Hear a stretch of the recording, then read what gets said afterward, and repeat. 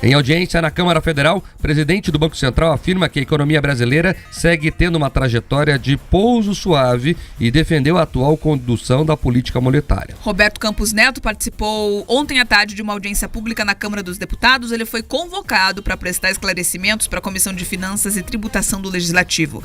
Durante o debate com os deputados, o presidente do Banco Central reforçou que a economia brasileira segue em uma trajetória de pouso suave. Ele fez essa alusão ao destacar que o desempenho do Brasil está sendo melhor do que o de muitos países. O economista ainda defendeu a atual condução da política monetária e ressaltou que a inflação segue em queda. Ao mesmo tempo em que reconheceu que os juros no Brasil são altos, Roberto Campos Neto também afirmou que espera uma melhora nos indicadores com o esforço fiscal do governo. Vamos ouvir então um trecho do que o presidente do Banco Central falou ao longo dessa audiência na Câmara. A meta do governo e o que o mercado acha que o governo vai fazer de fiscal. Eu acho que, de certa forma, isso mostra que hoje o importante é persistir na meta, é o que a gente tem dito, o que foi delineado na comunicação oficial. E a razão pela qual existe um questionamento é porque você precisa de receitas adicionais bastante grandes para cumprir, né, esse número. Mas eu acho que o importante aqui, apesar de todo mundo entender a dificuldade de atingir a meta e de ser muito difícil cortar gastos, não só agora nesse governo, mas estruturalmente tem sido difícil cortar gastos, é importante persistir. Então aqui a nossa mensagem é de persistência, acho que está bem alinhado com o que o ministro Haddad tem dito. A gente acha que esse é um caminho bem promissor, e mesmo que a meta não seja cumprida exatamente, eu acho que que os agentes econômicos vão ver qual foi o esforço que teve na direção de cumprir a meta. Sobre esse contexto, na semana passada, o Comitê de Política Monetária, o Copom, reduziu a taxa básica de juros de 13,25% para 12,75% ao ano. O colegiado ainda sinalizou que pode fazer outros cortes dessa mesma magnitude até o fim do ano. Agora, Pedroso, quando você olha a ata do Copom, o que eles dizem é o seguinte, que até o juro baixou, mas que eles estão preocupados com a gastança do governo. É isso.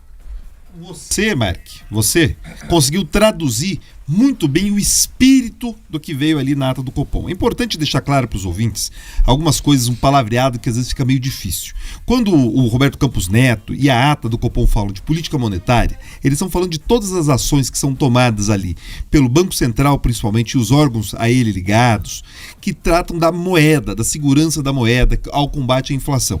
Isso é a política monetária. A política fiscal, que é onde veio a puxada de orelha, que fala, olha, vocês têm que gastar menos, se não gastarem menos, vocês vão precisar arrecadar mais, e não necessariamente isso é bom.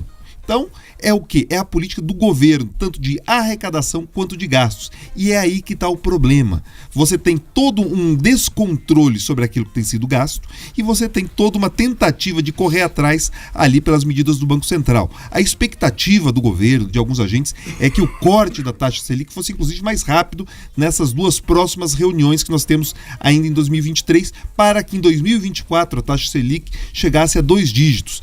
Essa expectativa mudou, inclusive o preço dos títulos públicos passaram a ser negociados ontem mesmo em valores maiores, porque todos os sinais de que a meta não será atingida já estão sendo dados. Perceba que o Roberto Campos Neto fala que o ministro Haddad tem falado. Ele não disse das ações concretas que estão acontecendo dentro do governo. Isso é significativo. Então, cada palavra, tanto da ata do Copom quanto das proferidas pelo presidente do Banco Central, são muito importantes. E agora, nem a reunião com o presidente Lula acalmou ou abrandou as coisas. Os adultos estão na sala, mas infelizmente a bagunça das crianças, ainda na política fiscal, está muito grande.